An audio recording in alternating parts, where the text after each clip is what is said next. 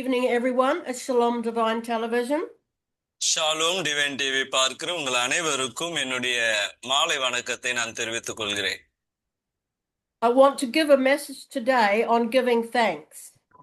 இந்த நாளிலே நன்றி செலுத்துங்கள் என்று சொல்லி ஒரு செய்தியை நான் சொல்ல விரும்புகிறேன். Last week we looked at the goodness of God. போன வாரத்திலே தேவனுடைய நற்குணங்களை குறித்து நாம் பார்த்தோம். தேவன் உண்மை உள்ளவர். And Psalm 106 started off, "Oh, give thanks to the Lord, for he is good, and his mercy endures forever." நம்ம சங்கீதம் 106 பார்க்கும்போது கர்த்தர் நல்லவர், அவரை துதியுங்கள், அவர் கிருபை என்றும் உள்ளதே என்று வாசிக்கிறோம். Psalm 107 the same, "Oh, give thanks to the Lord, for he is good, for his mercy endures forever." அதே வண்ணமாய் 107 சங்கீதம் 1 வசனத்தை வாசிப்போம் என்றால், கர்த்தரை துதியுங்கள், அவர் நல்லவர், அவர் கிருபை என்றும் உள்ளதே என்று வாசிக்கிறோம். We go to Psalm 136, we'll read verses 1 to 3. சங்கீதம் 136 அதுல 1 இருந்து நம்ம வாசிக்க போகிறோம். "Oh, give thanks to the Lord, for he is good, for his mercy endures forever." அங்கே சொல்லப்படுகிறது, கர்த்தரை துதியுங்கள், அவர் நல்லவர், அவர் கிருபை என்றும் உள்ளது. Verse 2, "Oh, give thanks to the God of gods, for his mercy endures forever." இரண்டாவது வசனம், தேவாதி தேவனை துதியுங்கள், அவர் கிருபை என்றும் உள்ளது. Verse 3, "Oh, give thanks to the Lord of lords, for his mercy endures forever." மூன்றாவது வசனம், கர்த்தரை துதியுங்கள், அவர் கிருபை என்றும் உள்ளது. We saw how 26 times his mercy endures forever is found in that psalm. இந்த சங்கீதத்திலே 26 முறை தேவனுடைய கிருபை என்றும் உள்ளது என்று சொல்லி நம்மாலே வாசிக்க முடியும். In all these psalms it tells us to give thanks to God. இந்த சங்கீதங்கள் எல்லாம் தேவனுக்கு நன்றி செலுத்துங்கள் என்று நமக்கு போதிக்கிறது. Let's go to Psalm 118 and read verses 1 to 4. 118 1 4 வசனங்களை சங்கீதத்திலே நாம் வாசிப்போம். It says, "Oh, give thanks to the Lord, for he is good, and his mercy endures forever."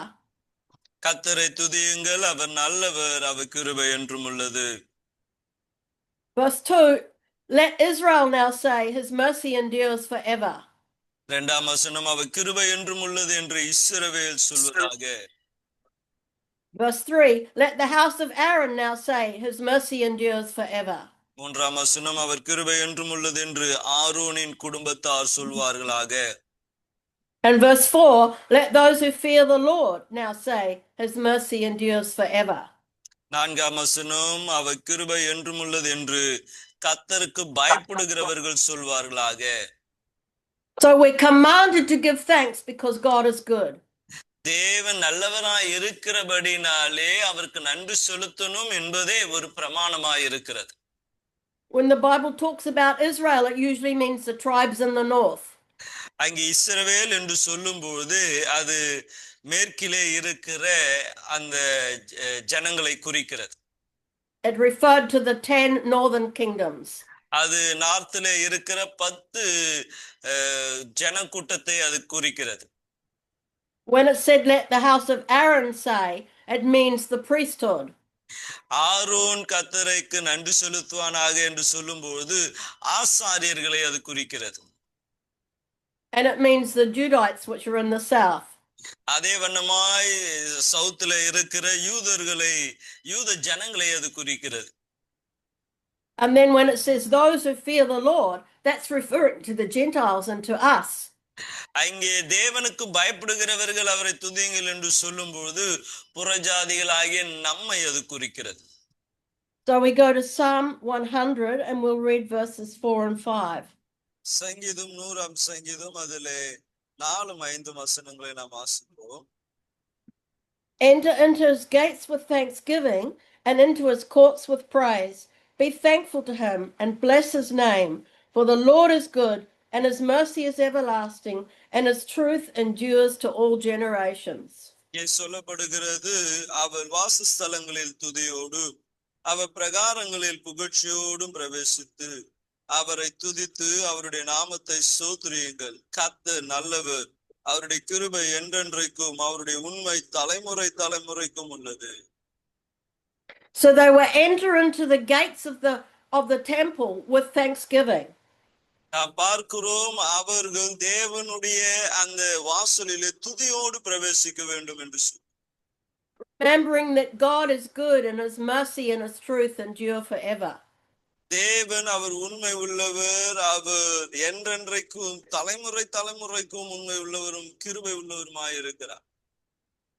In the Old Testament, they had a thanksgiving offering, and this was an offering that was free will. நாம் பார்க்கிறோம் பழைய ஏற்பாடு காலத்திலே ஒரு பலி இருந்தது, அது நன்றி செலுத்தும் பலி. அது கட்டாயத்தினால் அல்ல, உற்சாகமாய் கொடுக்க வேண்டியதா இருந்தது.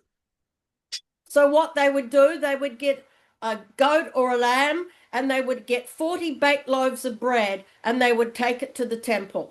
அவர்கள் ஆடையோ அல்லது மாடையோ அல்லது 40 பிரெட்டையும் அவங்க கொண்டு தேவாலயத்திற்கு கடந்து வருவார். 5 of those loaves of bread were for the priest. The other 35 loaves plus the animal were for them to eat with their family and their friends and even strangers. அதிலே 5 தேவனுடைய ஆலயத்திற்கு கொடுத்து மீதி இருக்கிற 35 மிருகங்களும் அவர்கள் அதை தேவ ஆலயத்திலே இருந்து அவர்கள் குடும்பம் அவர்களுடைய உறவினர்கள் சாப்பிடுவதற்கு அதை பயன்படுத்திக் கொள்வார்.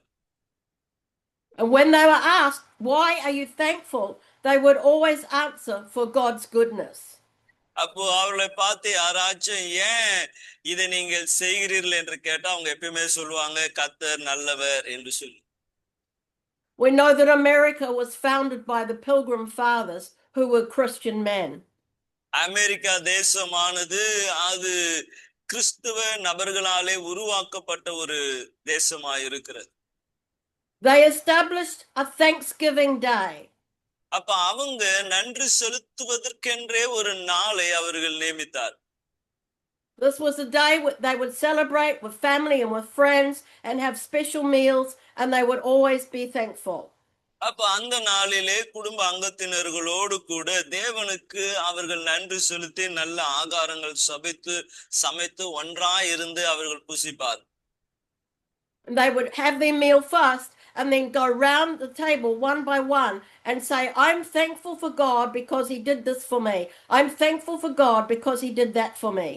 அப்ப அவங்க ஆகாரத்தை சாப்பிட்ட பிறகு ஒவ்வொருவராய் அவங்க சாட்சியோடு நன்றி சொல்லுவாங்க. கர்த்தர் எனக்கு இதை செய்தார், ஆகவே கர்த்தருக்கு நன்றி. அடுத்த நபர் சொல்லுவா, கர்த்தர் எனக்கு இதை செய்தார், ஆகவே கர்த்தருக்கு நன்றி என்று சொல்வார். God loves it when we're thankful to him. நாம் நன்றி செலுத்துவது தேவனுக்கு மிகவும் பிடித்த ஒரு காரியம். In Luke chapter 17 and verses 11 to 19, there were 10 lepers that came to Jesus. லூக்கா சுவிசேஷம் 17ஆம் அதிகாரம் அதிலே 7 இருந்து வாசிப்போமே என்றால் 10 குஷ்டரோகிகள் இயேசுவினிடத்திலே வருகிறார். Verse 12, as he entered a certain village, there met him 10 men who were lepers who stood afar off, and they lifted up their voices and said, Jesus, Master, have mercy on us. 12-13ஆம் வசனம் அதிலே அவர் ஒரு கிராமத்தின் பிரவேசித்த பொழுது குஷ்டரோகம் உள்ள மனுஷர் 10 பேர் அவருக்கு எதிராக வந்து தூரத்திலே நின்று இயேசு ஐயரே எங்களுக்கு இறங்கும் என்று சத்தமிட்டார். And he said to them, go show yourselves to the priest, because in those days a leper had to be pronounced clean by a priest. அவர்களை அவர் பார்த்து நீங்கள் போய் ஆசாரியருக்கு உங்களை காண்பீங்கள் என்றார். காரணம் அந்த நாட்களிலே ஒருவன் குஷ்டரோகத்திலிருந்து சுஸ்தம் பெற்று விட்டான் என்று சொல்லி ஆசாரியர்கள் தான் உறுதிப்படுத்த வேண்டும். And so it was that as they went, they were cleansed. அந்தபடி அவர்கள் போகையில் சுத்தமானார்கள். Verse 15, and one of them, when he saw that he was healed, returned and with a loud voice glorified God and fell down at his face, giving him thanks. And he was a Samaritan. அவர்களில் ஒருவன் தன் ஆரோக்கியமானதை கண்டு திரும்பி வந்து உரத்த சத்தத்தோடு தேவனை மகிமைப்படுத்தி அவருடைய பாதத்தை அருகே முகம் குப்புற விழுந்து அவருக்கு ஸ்தோத்திரம் செலுத்தினான். அவன் சமாரியனாயிருந்தான். Verse 17, Jesus answered and said, Were there not 10 cleansed? But where are the 9? Were there not any found who returned to give glory to God except this foreigner? 17 அப்போது இயேசு சுத்தமானவர்கள் 10 பேர் அல்லவா, மற்ற 9 பேர் எங்கே? தேவனை மகிமைப்படுத்துகிறதற்கு இந்த அந்நியனே ஒழிய மற்ற ஒருவனும் திரும்பி வர காணுமே என்று சொல்லி. This man was commended because he gave thanks to God. நாம் பாருங்க, தேவன் இடத்திலே அவன் பாராட்டு அல்லது கனத்தை பெற்றுக்கொண்டான். காரணம் அவன் தேவனுக்கு நன்றி செலுத்தினான். Let's go to 1 Thessalonians chapter 5 and we'll read verses 16 to 18. 1 தெசலோனியர் 5ஆம் அதிகாரம் 16 இருந்து 18ஆம் வசனம் வரைக்கும். It says, rejoice always, pray without ceasing. In everything give thanks, for this is the will of God in Christ Jesus for you. அங்கே சொல்லப்படும், எப்பொழுதும் சந்தோஷமாயிருங்கள், இடைவிடாமல் ஜெபம் பண்ணுங்கள், எல்லாவற்றிலும் ஸ்தோத்திரத்தை செய்யுங்கள். இப்படி செய்வதே கிறிஸ்து இயேசுவுக்குள்ளே உங்களை குறித்து தேவனுடைய சித்தமாய் இருக்கிறது. It does not say when you're blessed, give thanks to God. It says in everything give thanks. அங்கே நீங்க ஆசீர்வதிக்கப்பட்டா கர்த்தருக்கு நன்றி செலுத்துங்க என்று சொல்லாமல் எல்லாவற்றிலும் கர்த்தருக்கு நன்றி செலுத்துங்கள் என்று சொல்லப்படுகிறது. We know in the book of Romans chapter 8, ரோமர் 8ஆம் அதிகாரத்திலே நாம் பார்க்கிறோம். and we'll read verse 28. அதுல 28ஆம் வசனம். It says, and we know that all things work together for good to those who love God and to those who are called according to his purpose. அங்கே சொல்லப்பட, அன்றியும் அவருடைய தீர்மானத்தின்படி அழைக்கப்பட்டவர்களாய் அவரிடத்தில் அன்பு கூறுகிறவர்களுக்கு சகலமும் நன்மைக்கு ஏதுவாய் நடக்கிறது என்று அறிந்திருக்கிறோம். So we give thanks even if our circumstances are not good. அப்ப நம்மளுடைய சூழ்நிலைகள் சரியா இல்லைன்னா கூட நாம் கர்த்தருக்கு நன்றி செலுத்துறோம். We look at Joseph, who was sold into slavery by his brothers. யோசேப்பு அவன் சகோதரர்களாலே அடிமைத்தனமாய் அவன் விற்கப்பட்டான். He was in prison for about 12 or 13 years. அவன் சிறைசாலையிலே ஏறக்குறைய 12-13 ஆண்டுகள் இருந்திருக்குவேன். If we read Genesis chapter 50 and verse 20, ஆதியாகமம் 50ஆம் அதிகாரம் அதுல 20ஆம் வசனத்தை நாம் வாசிப்போம் என்றால், it says, what you meant for evil, God meant for good. அவர் அங்கு சொல்கிறார், நீங்கள் எனக்கு தீமை நினைத்தீர்கள், தேவனோ இப்பொழுது நடக்கிறபடி அதை நன்மையாய் முடிய பண்ணினார். In other words, evil things, God can turn it around and use it for good.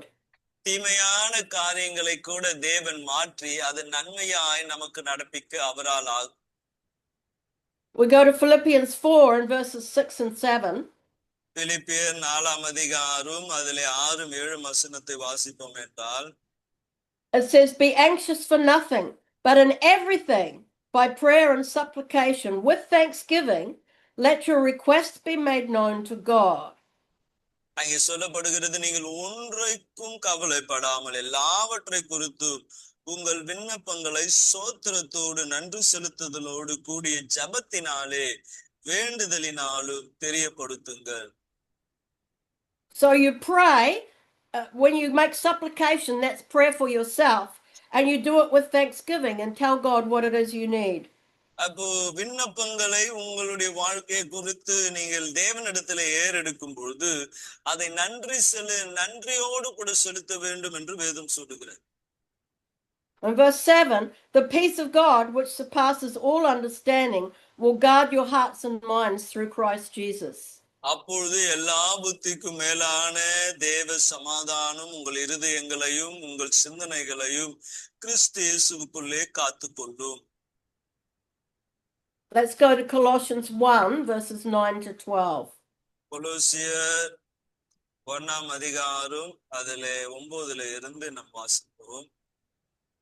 For this reason we also, since the day we heard it, do not cease to pray for you and ask that you may be filled with the knowledge of his will in all wisdom and spiritual understanding. இது நிமித்தம் நாங்கள் அதை கேட்ட நாள் முதல் உங்களுக்காக இடைவிடாமல் ஜெபம் பண்ணுகிறோம். நீங்கள் எல்லா ஞானத்தோடு ஆவிக்குரிய விவேகத்தோடு அவருடைய சித்தத்தை அறிகிற அறிவினாலே நிரப்பப்படவும். Verse 10, that you may walk worthy of the Lord, fully pleasing him, being fruitful in every good work and increasing in the knowledge of God.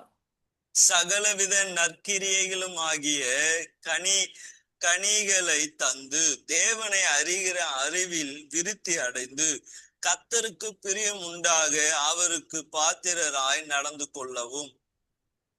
Verse 11, strengthened with all might according to his glorious power, for all patience and long suffering with joy. சந்தோஷத்தோடு கூடிய எல்லா பொறுமையும் நீடிய சாந்தமும் உண்டாவதற்கு மகிமையான அவருடைய வல்லமையின்படி எல்லா வல்லமையிலும் பலப்படுத்தப்பட்டவும் உங்களுக்காக வேண்டுதல் செய்கிறோம். Verse 12, giving thanks to the Father who has qualified us to be partakers of the inheritance of the saints in the light. ஒளியில் உள்ள பரிசுத்தவான்களுடைய சுதந்திரத்தில் பங்கு அடைவதற்கு நம்மை தகுதி உள்ளவர் ஆக்கினவரும் இருளின் அதிகாரத்தில் நின்று நம்மை விடுதலை ஆக்கினவருமாகிய நமது அன்பின் குமாரனாய ராஜ்யத்திற்கு உட்பட்டவர்கள் ஆக்கிய பிதாவுக்கு ஸ்தோத்திரம். I'll come back in a minute to giving thanks to the Father. தேவனுக்கு நன்றி செலுத்துகிறதிலே நான் திரும்பி வந்து நான் உங்களுக்கு அதை குறித்து இன்னும் விவரிக்கிறேன். But let's read Colossians 3 verse 17. கொலோசியர் 3ஆம் அதிகாரம் 17ஆம் வசனத்தை வாசிப்போம் என்றால், and whatever you do in word or deed, do all in the name of the Lord Jesus, giving thanks to God the Father through him. வார்த்தையினாலாவது கிரியையினாலாவது நீங்கள் எதை செய்தாலும் அதையெல்லாம் கர்த்தராகிய இயேசுவின் நாமத்திலே செய்து அவர் முன்னிலையாக பிதாவாகிய தேவனை ஸ்தோத்திரியுங்கள், நன்றி செலுத்துங்கள். Let's read Ephesians 5:20. எபேசியர் 5ஆம் அதிகாரம் 20ஆம் வசனம். Giving thanks always for all things to God the Father in the name of the Lord Jesus Christ, submitting to one another in the fear of God. நம்முடைய கர்த்தராகிய இயேசு கிறிஸ்துவின் நாமத்தினாலே எப்பொழுதும் எல்லாவற்றுக்காகவும் பிதாவாகிய தேவனை ஸ்தோத்திரியுங்கள், தேவ பயத்தோடு ஒருவருக்கொருவர் கீழ்ப்படிந்திருங்கள். So give thanks always at all times to the Father. ஆகவே பிதாவுக்கு எல்லா சூழ்நிலையிலும் எல்லா நேரங்களிலும் நான் ஸ்தோத்திரிக்க வேண்டும். Through Jesus Christ. இயேசு கிறிஸ்துவின் மூலமாய். So why do we give thanks to the Father? ஏன் நாம் பிதாவுக்கு நாம் நன்றி செலுத்த வேண்டும்? We know that Father is our provider. காரணம் பிதாவானவர் தான் நம் தேவைகளை சந்திக்கிறவராயிருக்கிறார். If you remember in Matthew 6, மத்தேயு சுவிசேஷம் 6ஆம் அதிகாரத்தை பார்ப்பீர்கள் என்றால், Jesus said, don't worry about your life, what you're going to eat, what you're going to drink, what you're going to wear, because your heavenly Father knows everything that you need.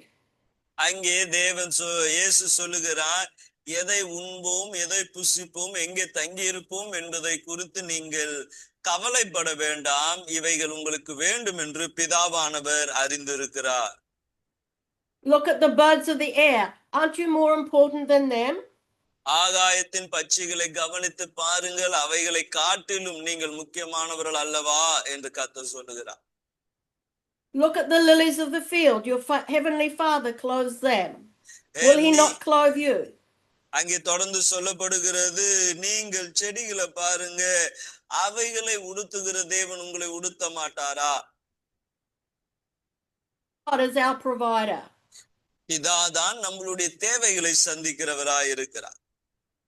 It says in verse 32, for after all these things the Gentiles seek, but your heavenly Father knows that you need all these things.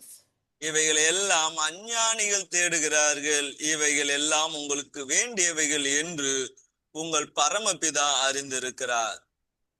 Verse 33, but seek first the kingdom of God and his righteousness, and all these things shall be added unto you. முதலாவது தேவனுடைய ராஜ்யத்தையும் அவருடைய நீதியும் தேடுங்கள், அப்பொழுது இவைகள் எல்லாம் உங்களுக்கு கூட கொடுக்கப்படும். So when we pray and make our needs known to God, He already knows what we need.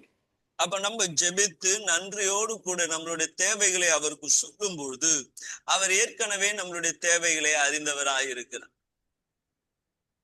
2 Thessalonians chapter 3 and verse 3.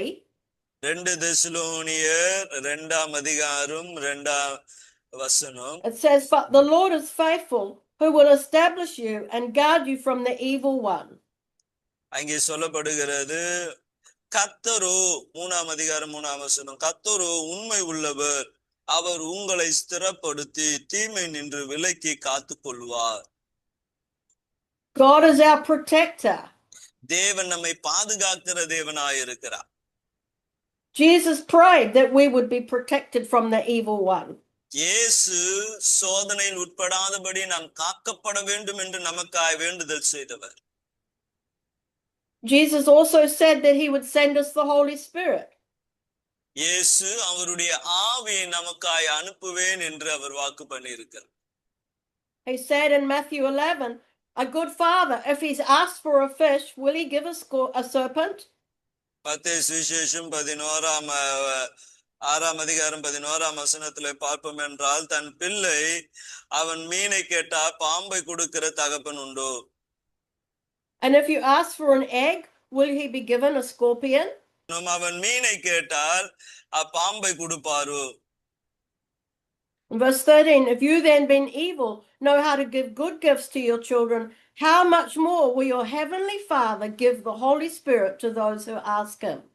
அப்ப பொல்லாத தகப்பனாகி நீங்கள் நல்ல ஈவை கொடுக்க அறிந்திருக்கும் பொழுது பரமபிதா பரிசுத்த ஆவியானவரை வேண்டிக் கொள்கிறவர்களுக்கு அது கொடுப்பது அதிக நிச்சயம் என்று சொல்லி நாம் பார்க்கிறோம். We see here that a good father gives his children good gifts. அப்ப நல்ல தகப்பன் பிள்ளைகளுக்கு நல்ல ஈவை கொடுக்க அறிந்திருக்கிறார். And the Father gives us the Holy Spirit when we ask. பிதாவானவர் தான் நாம் கேட்கும்போது பரிசுத்த ஆவியை நமக்கு அவர் கட்டளையிடுகிறார். Remember in Matthew 6 verse 10 when Jesus taught his disciples how to pray. மத்தேயு சுவிசேஷம் 6ஆம் அதிகாரம் 10ஆம் வசனத்திலே எவ்விதமாய் ஜெபிக்க வேண்டும் என்று சொல்லி இயேசு சீஷர்களுக்கு போதிக்கிறார். He started off with the words, "Our Father." அவர் இவ்விதமாய் ஆரம்பிக்கிறார், பரமண்டலங்களில் இருக்கிற எங்கள் பிதாவே.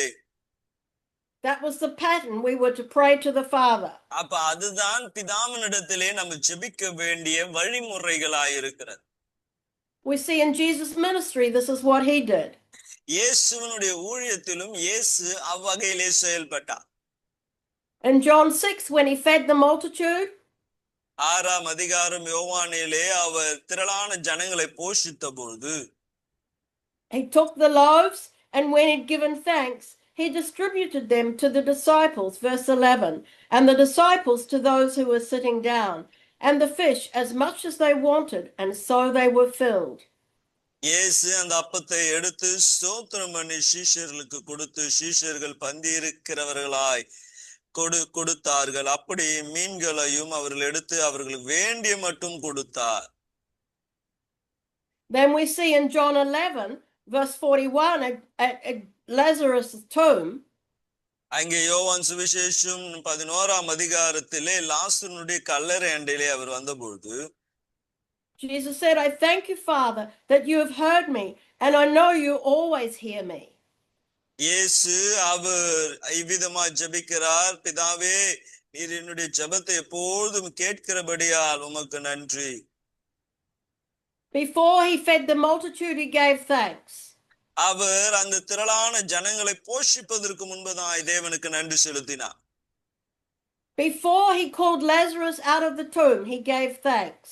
நாம் பார்க்கிறோம், லாசருவை வெளியே கொண்டு வருவதற்கு முன்பதாக உயிரோடு அவர் தேவனுக்கு நன்றி செலுத்தினார். There are other examples as well. Let's go to John 17. யோவான் 17ஆம் அதிகாரத்துக்கு கடந்து போவோம் என்றால் இன்னும் அநேக உதாரணங்களை நம்மால் பார்க்க முடியும். This is actually one very long prayer of Jesus before he went to the cross.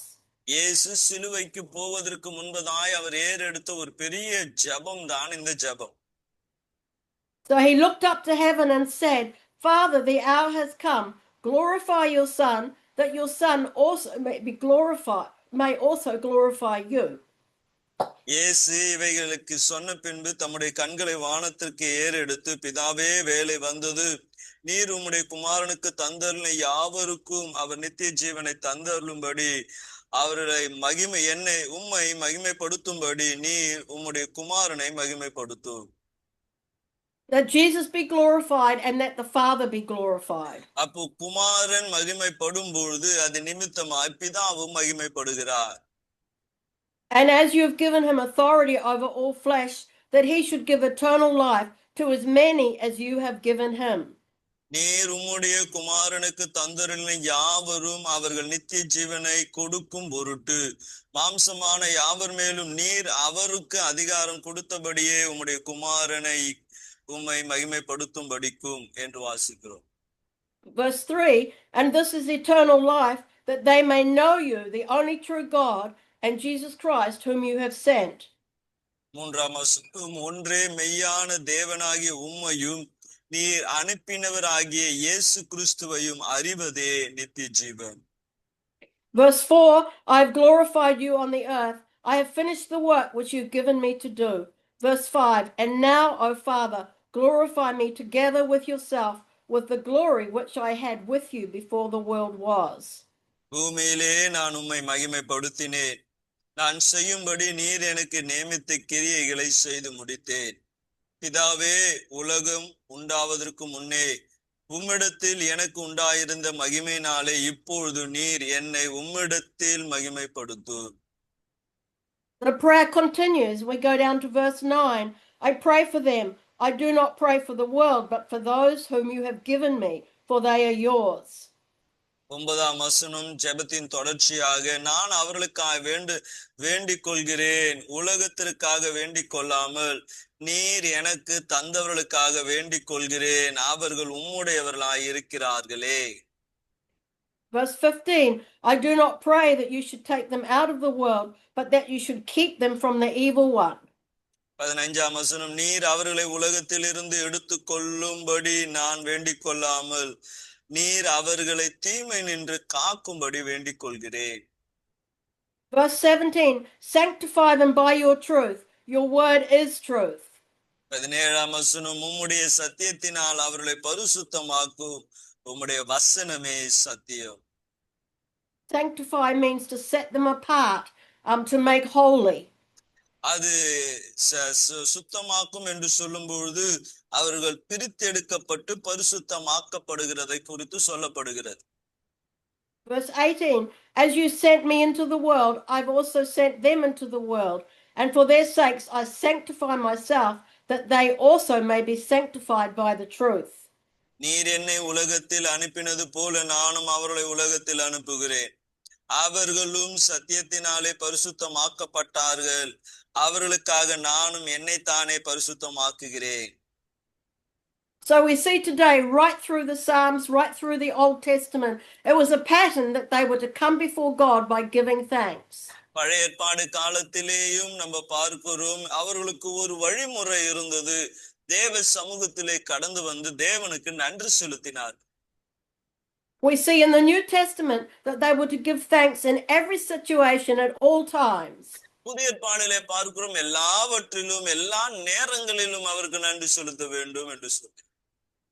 We see that they were to pray to the Father because he is our provider, our protector, the one who sends us the Holy Spirit.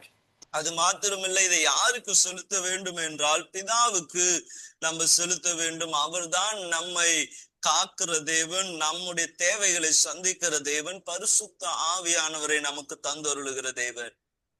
He knows all our needs even before we ask. நம்ம கேட்பதற்கு முன்பதாகவே நம்மளுடைய தேவைகளை எல்லாம் நன்கு அறிந்திருக்கிறவர். So the pattern is we pray to the Father in Jesus' name. அப்போ வழிமுறை என்னவென்றால் பிதாவினிடத்திலே இயேசுவின் நாமத்தினாலே நாம் ஜெபிக்க வேண்டும். I want to encourage everybody who's listening to be thankful.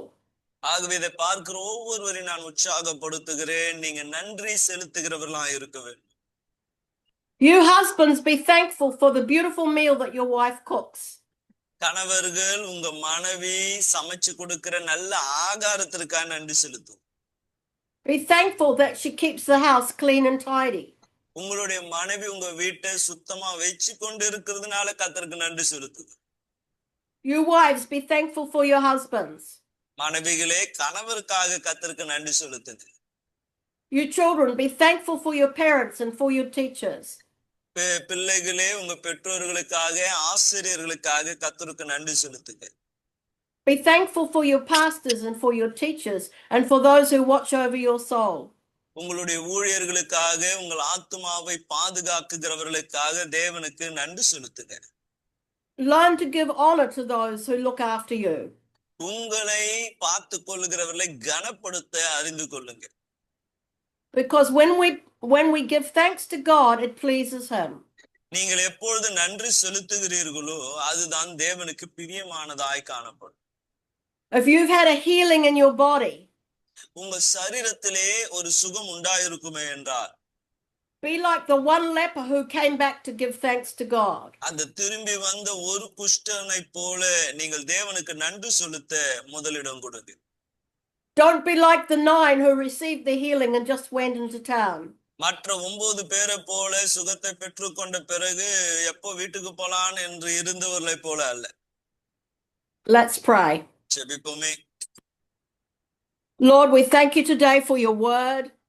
ஆண்டவரே இந்த நாளிலே உம்முடைய வார்த்தைக்காய் நான் நன்றி Lord, we செலுத்துகிறேன். give thanks to you because you are good நீர் நல்லவராய் இருக்கிறபடியால் நாங்கள் நன்றி செலுத்துகிறோம். and your mercy endures forever. உம்முடைய கிருபை என்றும் உள்ளது. I thank you, Lord, for your goodness. உம்முடைய உண்மை தனத்திற்காக நாங்கள் நன்றி செலுத்துகிறோம். I thank you, Lord, that you provide all that we need. எங்களுடைய சகல தேவைகளை நீ சந்திப்பதற்காக நன்றி. I thank you, Lord, you keep us from the evil one. ஆண்டவரே தீமையில் நின்று எங்களை விலக்கி பாதுகாத்துக் கொள்வதற்காக நன்றி. And when we ask you, you give us the Holy Spirit. நாங்கள் கேட்கும்போது எங்களுக்காய் பரிசுத்த ஆவியானவரை நீர் கொடுக்கிறீர். Every gift you give us is a good gift because you are good. நீர் எங்களுக்கு கொடுக்கிற எல்லா பரிசும் நல்லதாகவே இருக்கிறது காரணம் நீர் நல்லவராய் இருக்கிறீர். Help us to give thanks in every situation. எல்லா சூழ்நிலைகளிலும் உமக்கு நன்றி சொல்ல எங்களுக்கு கற்றுத்தார். In Jesus Christ's name. இயேசுவின் நாமத்தில் ஜெபிக்கிறோம் நல்ல பிதாவே. Amen. God bless you all. கர்த்தர் உங்களை ஆசீர்வதிப்பாராக.